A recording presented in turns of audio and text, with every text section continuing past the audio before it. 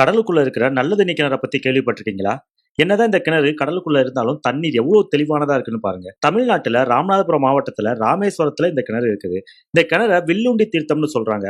இந்த கிணறை சுற்றி உள்ள புராண கதை என்ன, இதனுடைய அறிவியல் என்ன, இப்ப இந்த கிணறு எப்படி இருக்குது, எல்லாத்தையும் பார்க்கலாம். வணக்கம், நான் கதிர் பேசுறேன். இது தமிழ் பாதையின் ராமநாதபுரம் மாவட்ட பயணம்.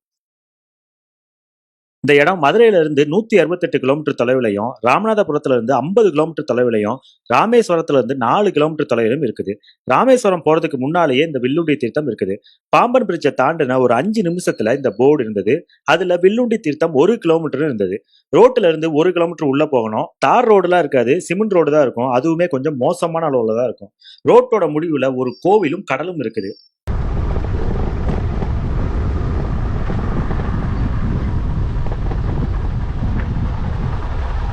இங்க ஒரு அறிவிப்பு பலகை இருக்குது. இதுல என்ன எழுதியிருக்காங்கன்னா, ராமேஸ்வரம் நகராட்சி தங்களை அன்புடன் வரவேற்கிறது. வில்லுண்டி தீர்த்தம் வரலாறுன்னு கொடுத்திருக்காங்க. கீழே என்ன இருக்கு? ராமபிரான் சீதாதேவியின் தாகம் தீர்க்க தனது வில்லினால் இக்கடற்கரை ஓரம் கடலில் ஊன்றி இத்தீர்த்தத்தை வரவழைத்தார். அதுவே வில்லுண்டி தீர்த்தம் என பெயர் பெற்றதுன்னு போட்டிருக்காங்க. சரி, இந்த இடத்தோட புராண வரலாறு இது. ராமர் சீதையை மீட்டு திரும்ப வர்றப்ப இந்த நிகழ்வு நடந்ததா சொல்றாங்க. இந்த இடம் எவ்வளவு அழகானதா இருக்குன்னு பாருங்க. வளைந்த கடற்கரை, கடலுக்குள்ள கிணறு, அந்த கிணத்தை இணைக்க ஒரு பாலம், ரொம்பவே அழகா இருக்குது.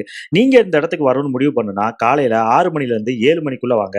இல்லைன்னா சாயங்காலம் 5 மணில இருந்து 6 மணிக்குள்ள பிளான் பண்ணுங்க.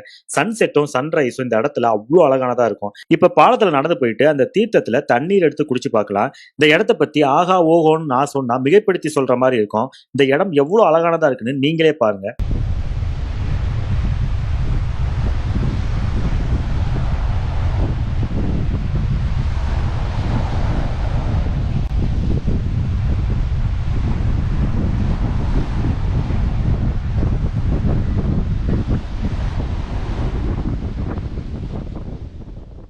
கிணத்துக்கு பக்கத்துல வந்துட்டோம். இந்த கிணத்தை பாருங்களேன். இந்த கிணத்துல கடல் மட்ட அளவுக்கும் கீழே தான் தண்ணீர் இருக்குது.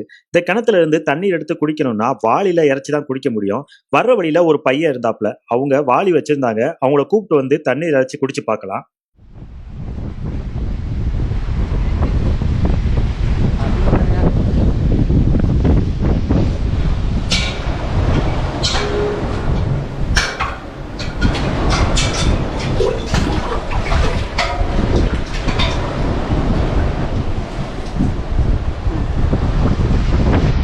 குடிச்சிட்டு தலை தலை